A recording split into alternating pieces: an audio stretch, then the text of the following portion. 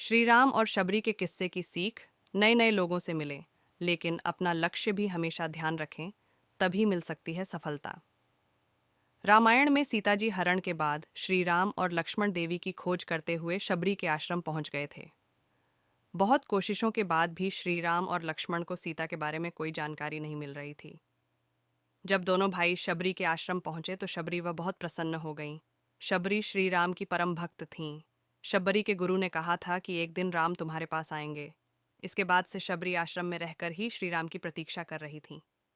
शबरी ने श्री राम और लक्ष्मण को देखा तो उन्हें आसन पर बैठाया। शबरी समझ गई थी कि लगातार जंगल में चलते रहने से दोनों भाई थक गए हैं।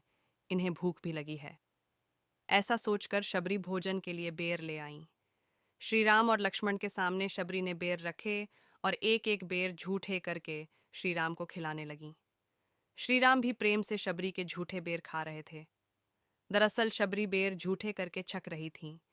शबरी की सोच ये थी कि कहीं कोई खट्टा बेर श्री राम न खा लें।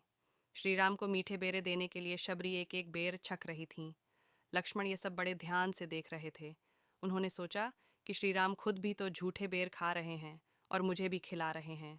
हमें देवी सीता की खोज करनी है और भैया यहाँ बेर खा रहे हैं। हमारा समय व्यर्थ ही खर्च हो रहा है।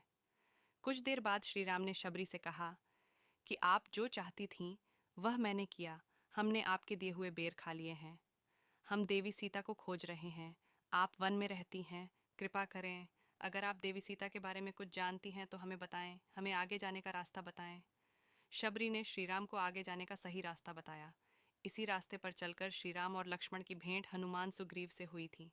प्रसंग की सीख, हम भी कहीं यात्रा पर जाते हैं तो नए नए लोगों से हमारी मुलाकात होती है। नए लोगों से मिलें, लेकिन अपने लक्ष्य का भी ध्यान रखें। अगर मुलाकात की वजह से लक्ष्य भूल गए तो सफलता नहीं मिल पाएगी। हम रास्ता भटक जाएंगे। यही बात हमारे काम पर लागू होती है। काम करते समय भी हमें अपने लक्ष्य पर ध्यान लगाए रहना चाहिए।